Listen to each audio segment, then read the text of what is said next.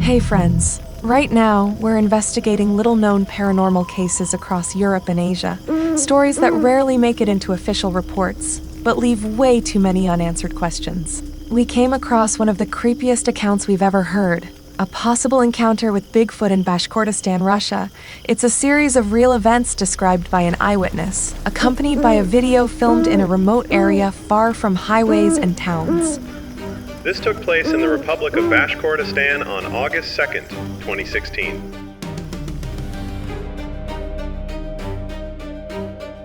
In a remote area where a dirt road stretches far away from the main highway, running alongside gas pipelines. There are villages nearby, but almost no one lives there anymore. Just a few dozen residents, mostly elderly people. At night, only the occasional car passes through. Otherwise, there's nothing. For Alexei Cherpanov, this place had carried a sense of unease for a long time, because the strange events didn't begin with the famous video.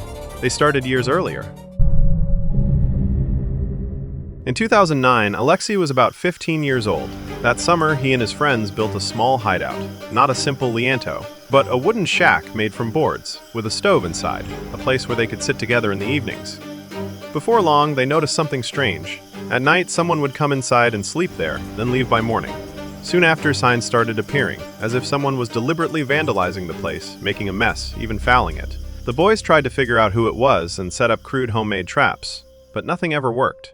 One evening, while a group of teenagers was inside the shack, they heard footsteps outside. Someone came right up to the window. A silhouette flashed just inches away. They panicked, but at the time they brushed it off, assuming someone was playing a prank. A few months later, on the 29th of November 2009, Alexei returned to the shack with two friends. It was late, already close to night. Without any warning, a massive stone suddenly slammed into the back wall, smashing through the wooden boards. They bolted out and ran. The next day, they came back and saw something even more disturbing. The boulder, which they could barely move together, was lying about 30 meters away from the shack. In other words, it seemed to have been thrown from a distance, punched through the wall, and landed there.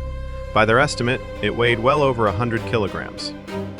Around the same time, near the village lake, where people used to gather for hockey in winter, strange marks appeared on an old willow tree. These weren't just random scratches. They looked as if they had been made by a hand with 5 fingers. What made it even stranger was that the next day, similar marks appeared on the opposite side of the tree. There were almost no footprints around, which made it unsettling, as if something was leaving signs behind and then vanishing without a trace. In early December, after the first snow had already fallen, a group of teenagers, about 10 people, went back to the shack at night. It was quiet, the moon was out, and at first it all felt like telling ghost stories. That feeling didn't last. Someone, or something, began moving outside. They could hear heavy breathing. Whatever it was, it circled the shack over and over, staying close, moving with purpose, unhurried. No one dared to step outside or even shout. Then it suddenly jumped onto the roof and started ripping at the boards, as if trying to break in. No one could clearly see the creature in the darkness, but the sounds were unmistakable.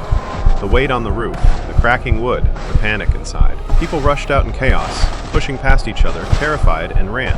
After that night, many of those who were there no longer doubted it. Something seriously wrong was happening in that place. Later that winter, Alexei recalls it being around February. They dragged several heavy tires to the shack, large ones from machinery. One day he came there alone and saw something that seemed impossible. One of those massive tires was lying on the roof, about 1.5 meters off the ground. A tire like that, even on the ground, is difficult for one person to roll. Lifting it and placing it on top would require an incredible amount of strength. There were tracks nearby. They looked like large footprints, but the spacing between them was unnatural, as if whatever made them was taking extremely wide steps, almost like doing the splits. The tracks led off toward the forest. He didn't follow them far. It felt too dangerous.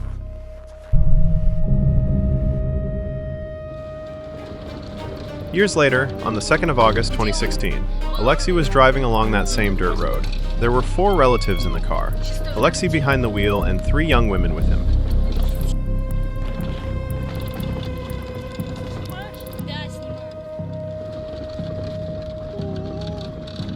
It was late, in the evening. On the road, they noticed a silhouette that simply didn't belong there. This was a remote area, no pedestrians, no houses nearby, and the way the figure moved was not human. One of the women started filming on her phone. The creature was running alongside the road. According to Alexei, its body shape was strange. The head seemed to flow directly into the torso, with no clear shoulder line. It looked awkward, yet incredibly fast. At times it ran upright.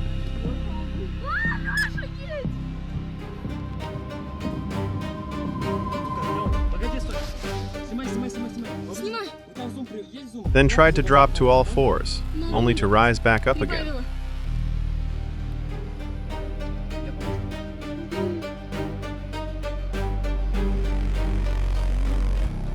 He didn't notice any clothing, no jacket, no coat, no visible details. Just the impression of fur and a dark, rusty-colored appearance. Он идет! Он бежит! Он встает!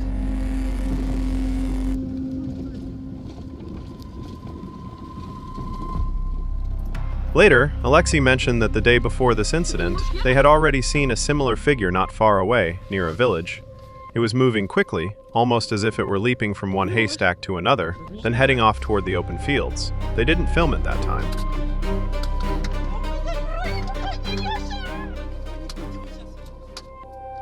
Because of that, he got the impression that the creature was staying in the area, possibly hiding somewhere close to the road. Он бежит!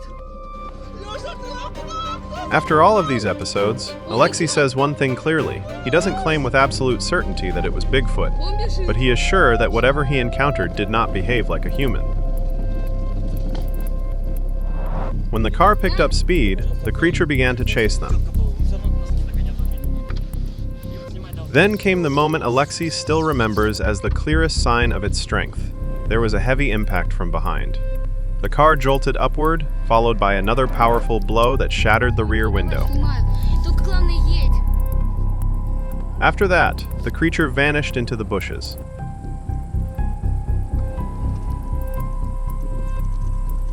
Inside the car, everything went silent. The women were crying. No one talked about what they had seen. They just kept driving, stunned.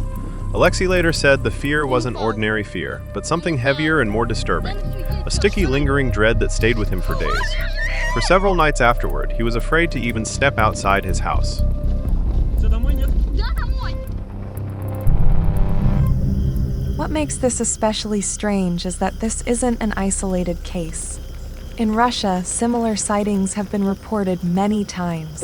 People describe the same thing again and again, a creature emerging from deep forest cover, appearing briefly between the trees. And in several of those accounts, one detail keeps repeating. When the creature raised its arms, witnesses noticed something resembling membranes, like those of a bat, or perhaps it was simply long, hanging fur that created this illusion when the creature moved. What's interesting is that in this video, we seem to see something similar. The creature swings its arms, and in certain moments it looks as if some kind of surface appears between them. Is this just coincidence, a camera artifact, or a recurring feature we don't yet understand? For now, there are no clear answers, but patterns like these make you stop and think. Perhaps these aren't separate stories at all, but fragments of the same phenomenon. In the vast Siberian taiga, where forests stretch for hundreds of miles and human presence fades into silence, a 12-year-old girl vanished without a trace. For years, her disappearance remained an unsolved tragedy until she came back. What happened to Nadia during those 2 missing years? We'll follow her story from the moment she stepped into the forest to the moment she returned, forever changed. In the mid-1970s, during the summer in the Soviet Union, a young girl went missing while picking berries in the taiga near one of the villages close to Krasnoyarsk. Nadia was 12 years old, a smart and friendly girl. She had been venturing into the taiga to gather berries and mushrooms since early childhood, either with adults or in the company of local children.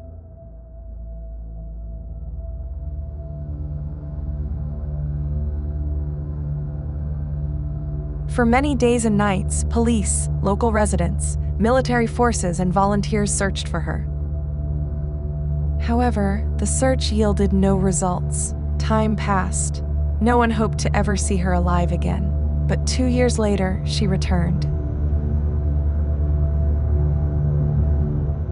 She was wearing the same dress she had on the last time she was seen. More accurately, the tattered remnants of it, tied together haphazardly with dry grass. Her hair was matted and tangled, her feet calloused, and her eyes watered from the bright electric light, though she could see the smallest objects in the dark with clarity. She alternated between crying and laughing, and answered questions with short phrases that terrified those around her who thought she had gone mad. Nadia was taken to a hospital as she clearly needed psychological rehabilitation. For about 2 years, doctors fought for her recovery. Despite showing all signs of full sanity, she continued to insist that everything she was saying about her 2 years of disappearance was true.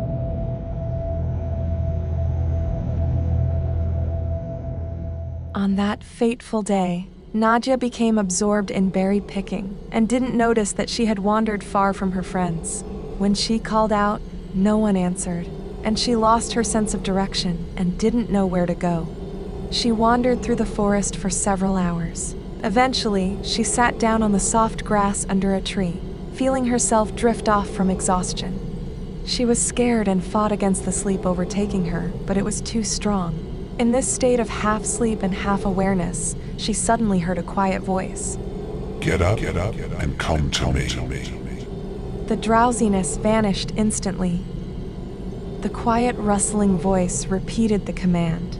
Nadia tensed up, trying to understand where it was coming from.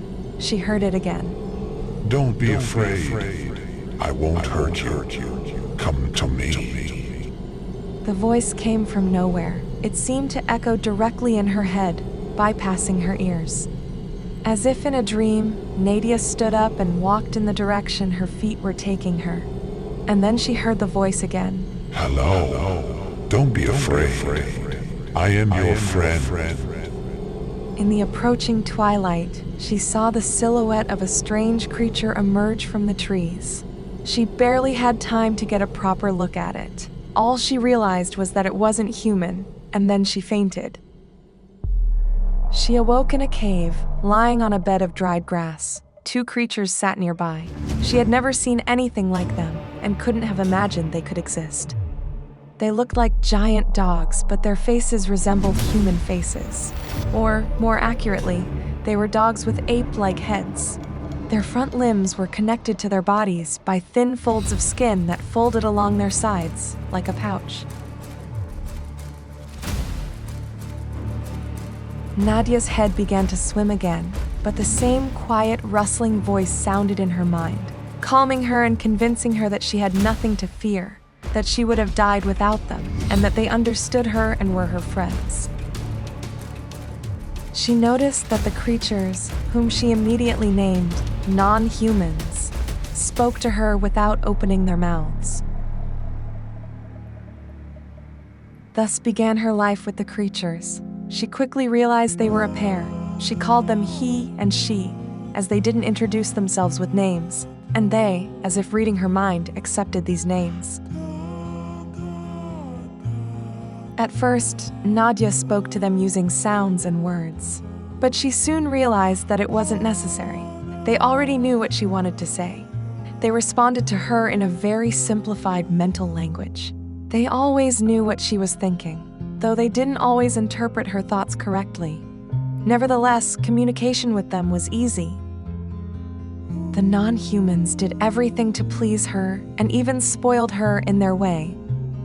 But one topic was strictly forbidden: returning home. At the mention of it, they would become agitated, restless, and emit strange sounds, clicking, whistling, and muttering.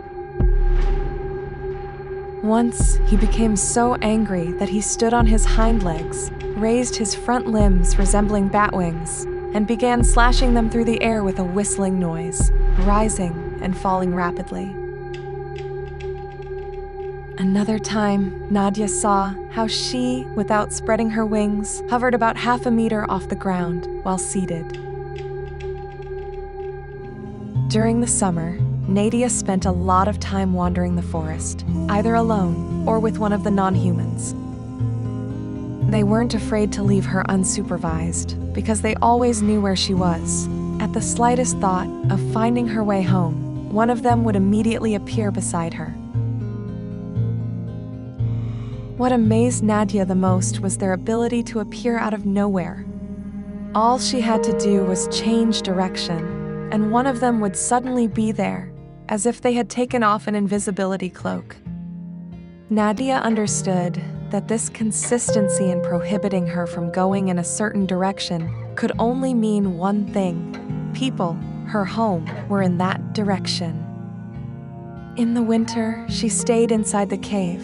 The non-humans made her a warm nest of grass and moss, where she hibernated like a cocoon. They fed her, cleaned up after her, and chatted with her to keep her entertained. Sometimes she got sick, but never seriously.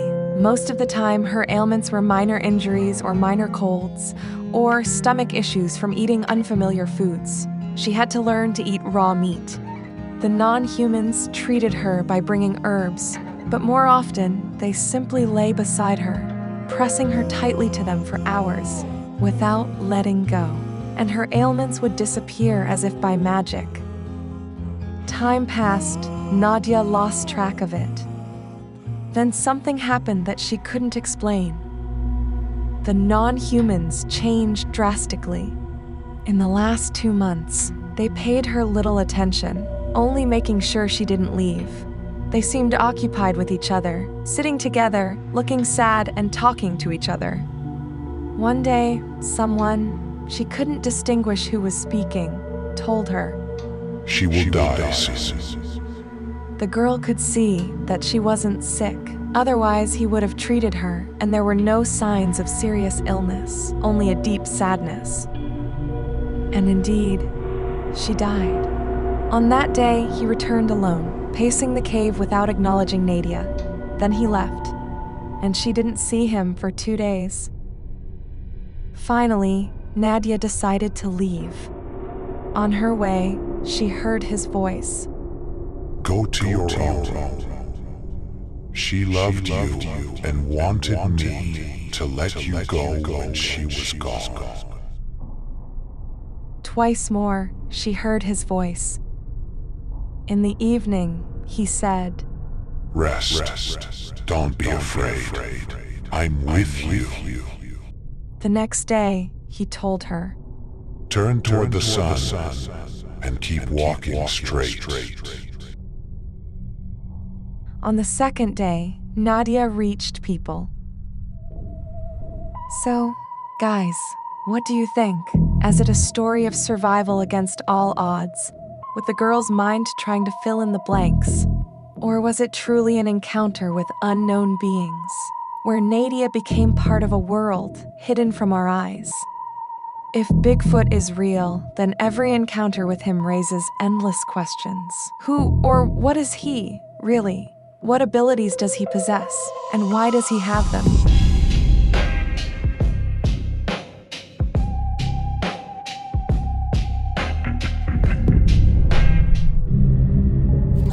The forest feels familiar. You know every trail, every turn, and then, in a single step, everything around you becomes different. People all over the world tell similar stories. They enter places they know well to pick mushrooms or berries or just to take a walk, and suddenly find themselves somewhere completely different. We will share several real testimonies. Stories that are difficult to explain through logic alone. Stories of people who may have briefly stepped beyond the boundary of our reality. Not far from my home, there is a cave with ancient rock carvings. Speleologists often come there to study it. Once, a female speleologist came to work in this cave. She knew it extremely well, like the back of her hand. She had been there many times before, but this time, everything went wrong. She went down into the cave and worked there as usual, but when she started heading back out, the exit was gone. Instead of the familiar passage, there was only a solid cave wall. She wandered through the cave for a long time, trying to find a way out, but there was no exit. Eventually, her flashlight ran out of power, and the cave was plunged into complete darkness. She didn't know which way to go. Then, far in the distance, she noticed a beam of light. She started moving toward it, stumbling over rocks. Finally, she came out of the cave, but the exit was not the one she knew. Near the mountain stood several small houses. She knew for certain that there had never been any settlement there. Still, she approached one of the houses and knocked on the door. A woman came out. She was dressed in old-fashioned clothing, the kind no one wears anymore. Without saying a word, the woman invited her inside. She placed a wooden bowl of pumpkin porridge in front of her. After eating, the speleologist lay down and fell asleep. When she woke up, the houses were gone. She was lying on the grass. Then she saw the mountain and the entrance to the cave. When she returned to the settlement, it turned out she had been missing for a week and a half, and search efforts had already been underway for some time. Later, she searched through local archives and discovered that a settlement had indeed existed near that mountain, about 200 years ago.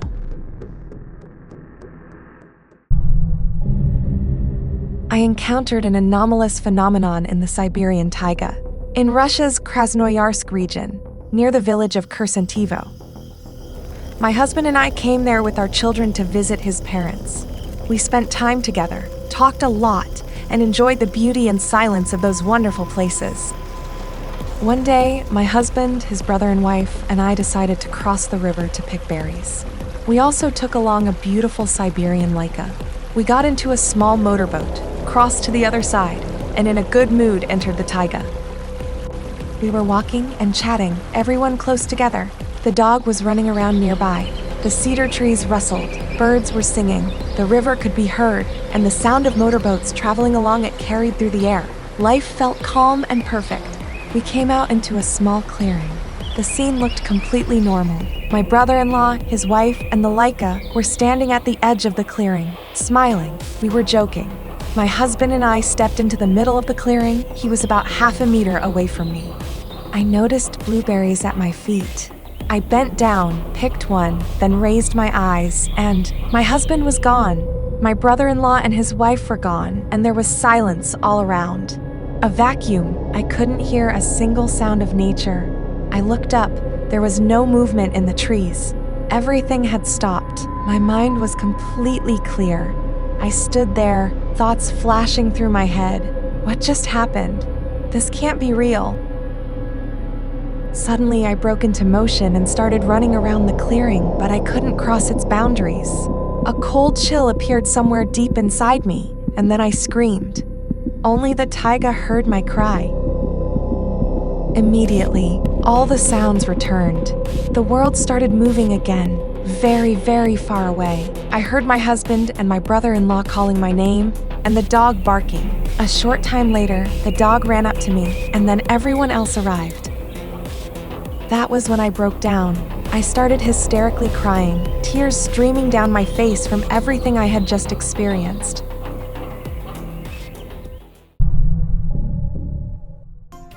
Once, when I was a child, I found myself in what felt like a different time, or maybe a different dimension. I still remember it as one of the brightest and most magical experiences of my life. I was about 7 or 8 years old. I was spending my summer vacation with my grandparents in the countryside. One hot day, they went to collect hay for their animals. They put me on the wagon and even let me hold the reins during the ride. We arrived at a field. The grass there had already been cut and lay neatly in long rows. A forest could be seen far in the distance. Nearby, there was only a small ravine overgrown with bushes. The heat was unbearable. Not a single cloud in the sky, only grasshoppers chirping. They gave me a small bundle of food and a bottle of water that had grown warm in the sun, and told me not to wander too far. My grandparents were gathering the dried hay and throwing it onto the wagon. I got bored. Without thinking much, I headed toward the bushes and the ravine. I started going down the steep slope into the ravine, grabbing onto tall grass. I slipped, rolled down, and ended up sliding the rest of the way on my bottom. I stood up and didn't understand anything. I was surrounded by a forest, giant trees, round pebbles under my feet, and ahead of me I could hear the loud murmur of a stream, or maybe a small river. I took a few steps, and butterflies started rising everywhere around me. Large ones, bright blue. I had never seen anything like them before. They would lift off from under my feet and then settle nearby again, slowly flapping their wings. At first, I just stood there, staring with my mouth open. Then I started running around, laughing, chasing the butterflies. I took off my sandals, leather ones, and stepped barefoot into the water. It was icy cold. What a place. What beauty. I wanted to catch at least one butterfly to show my grandparents. Honestly, I don't remember how I got out of there. I vaguely recall hearing my grandparents calling me from far away, their voices anxious. I shouted back, "I'm here, I'm coming." I ran toward their voices, and suddenly found myself on an ordinary grassy slope of the ravine. It turned out they had been looking for me for a long time. All the hay had already been collected, the wagon piled high, and I was nowhere to be found. They had gone down into the ravine. I wasn't there. When I ran up to them, they scolded me. They thought I had been hiding. They were angry, exhausted from the heat and hard work. They had lost me and searched for a long time. And there I was, appearing out of nowhere, telling them about the stream, the forest, and the huge butterflies. What stream? What forest? There's no stream here. The forest is way over there on the horizon. What are you making up? By the way, I ran back to them barefoot. My sandals were never found, so they sat me on top of the hay wagon without shoes and wrote my story off as childish imagination and nonsense, but I never forgot that place. I kept asking my grandparents to take me there again. Of course, they brushed it off. Later, when I was older, I returned to the village, took my grandfather's bicycle, and rode all around the area searching for that wonderful place. I never found it. Last week, I went into the forest near my house. I could clearly see the roof of my home from where I was. I know this forest well, and there are fire break ditches all around. I didn't cross a single one. I just decided to quickly pick some mushrooms close to home. The day was overcast, with no sun, and a light drizzle was falling. I had picked about half a basket of porcini and polished mushrooms, regularly glancing toward the roof of my house, visible through the pines and spruces. Suddenly, out of the corner of my eye, I saw an enormous black snake, about 1.5 meters long. That's completely unrealistic for our area. It was black, writhing and crawling. I jumped aside, and it vanished. A wave of icy cold washed over me. I told myself it must have been my imagination and decided to head home. But when I looked around, I was surrounded by swampy ground. Hummocks, twisted aspens growing on them, poisonous mushrooms in the moss. I was in shock. There are no swamps anywhere near my house. I couldn't see my roof anymore. Instead, a wall of dark forest stood in every direction. I turned around several times. It was the same everywhere. There was no way I could have gotten lost. I hadn't gone anywhere. I hadn't crossed a single ditch, and the entire forest is cut through with them. I walked back toward where it seemed lighter for a couple of hours. I walked and prayed. Then I suddenly saw a familiar pine tree, uprooted and lying across one of the firebreak ditches. I walked toward it, stepped over the ditch, and came out onto the road. I got home with my legs trembling. As I was approaching the house, my neighbor came running toward me. She said that a couple of hours earlier, she had seen me walking toward my house. She decided to come meet me, but while she was opening the gate, I vanished. But she saw me clearly. At that very time, I was wandering in the forest. Now, I'm afraid to go there. What was that? Cases in which people in forests feel as if they have entered another dimension have been reported in many parts of the world, from the Siberian taiga to mountain trails in America. These stories, though separated by distance and culture, show a striking similarity in key features. Sudden silence, the loss of familiar landmarks, distorted perception of time, a sense of something otherworldly nearby, and a subsequent return, often with the person confused and frightened. The consistency of these signs raises questions about what kind of phenomenon lies behind them.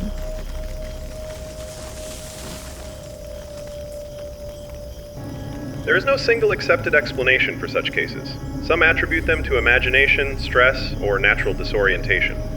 But there are also alternative hypotheses, from legendary forest spirits that seem to come back to life in modern accounts, to science fiction, like ideas about portals and multidimensional spaces. There is also a popular theory linking these phenomena to Bigfoot. Similar effects described during alleged Bigfoot encounters: silence, strange disturbances, fear, and missing minutes, hours, or even days, lead some researchers to believe these events may be parts of the same chain. It is possible that unknown natural forces operate in the most remote corners of the planet. Yeti, if it exists, may not only be a rare primate, but part of this mysterious picture as a guardian of the wild, capable of slipping from human sight as if into another dimension. Each new story is not simply a reason for skepticism, but an invitation to further exploration. These accounts remind us that the world may be more complex than we are used to thinking. This channel is for those who are curious about the truth, for those who are looking for answers. To get closer to what's really going on, we need real stories from real people, first-hand experiences. That's how we start noticing patterns, comparing details, and connecting the dots.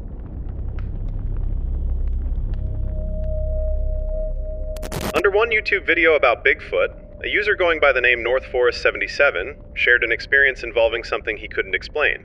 His comment immediately caught our attention, so we reached out to NorthForest77 directly. And here, that's what he told us when he went into more detail. Back in 2005, my brother, a friend of ours, and I drove out to the Ili River to go fishing. We took 2 cars and left at night so we could drive fast on the highway without dealing with traffic police. We'd already covered about half the distance. My brother, who was sitting in the passenger seat next to me, had fallen asleep. I was driving, listening to music, drinking a Coke. Our friend was following behind in his own car, a little way back. We were moving at a decent speed, around 120 kilometers an hour. The road itself was fine. Around us, there was nothing but darkness and open steppe. I had the high beams on, so visibility was good. Then suddenly, I saw something moving onto the road ahead. At first, I thought it was just a large tumbleweed. But as I got closer, I realized it wasn't that at all. It was some kind of creature covered in dirty gray fur with darker patches. On top of that, it seemed to be wearing something. Maybe a robe or some kind of cloak. It looked like the clothing had been stitched together from lots of different scraps of fabric, all different colors, but extremely old and filthy. The creature was standing on all fours right there on the road, staring straight ahead. I started honking and flashing my headlights, trying to scare it off the road. Then it turned its head toward me, and that's when I saw that its eyes were glowing. I completely froze for a second. I slammed on the brakes. My brother woke up and was thrown forward against his seatbelt. And right then, the creature instantly straightened up from all fours and leapt across the road. The road was about 8 meters wide. That's when I realized this was something seriously wrong, something that made no sense. I hesitated for a moment, then pulled over onto the shoulder. My hands were shaking from the adrenaline. Our friend pulled over right away too. He got out and started asking why I'd been honking and flashing my lights. I told him there had been some kind of terrifying creature on the road. He laughed and said, I was probably just seeing things. Then, he said, since we'd stopped anyway, he might as well go relieve himself. He walked toward the side of the road, the same side where the creature had jumped. He kept joking about it, teasing me. And then, all of a sudden, his voice changed. He said there was something down there in the dark, in the bushes below the road, and that he could feel it watching him. At that moment, I felt the hair on my entire body stand on end. I told him I felt it too. That whatever it was watching us from the darkness. Without saying a word, we both ran back to our cars and floored it. My brother barely had time to understand what was happening. He had just unbuckled his seatbelt, finished putting on his sneakers, and started to get out. When I jumped back into the car and yelled that we had to get out of there immediately. Later on, we talked about that night many times, but we never figured out what I had actually seen on the road. My friend and my brother never saw the creature. Only I did. But one thing I know for sure, I saw something, or someone, that was not meant to be seen by people. It was a disgusting, unnatural-looking thing, awkward in its movements, and somehow even more frightening because of that. Those filthy, ragged clothes made it look especially disturbing. Just thinking about it now brings back that same mix of fear and disgust. That's the story. Unpleasant, unsettling, and still unexplained. Later, my brother said that what I saw sounded like a creature from Kazakh folklore, Jalmawi's Kempir. A terrifying, ugly being that can appear as an old woman or something, even worse. And according to legend, it wears rags. So, stories like this don't really stand alone. They seem to be part of a much bigger pattern, one that keeps repeating itself in different places, under different conditions, with different witnesses. Cases like this come up more often than people might think. There are countless reports of drivers encountering strange things on the road during snowstorms, heavy fog, or other harsh weather conditions. People talk about lines of bipedal, human-like footprints crossing the road, especially after fresh snowfall. There are even dozens of videos showing unknown figures suddenly running across highways, appearing for just a few seconds and then vanishing. So, stories like this don't really stand alone. They seem to be part of a much bigger pattern, one that keeps repeating itself in different places, under different conditions, with different witnesses. If you want to keep exploring these mysteries and looking deeper into what might be behind them, stay with us on the channel.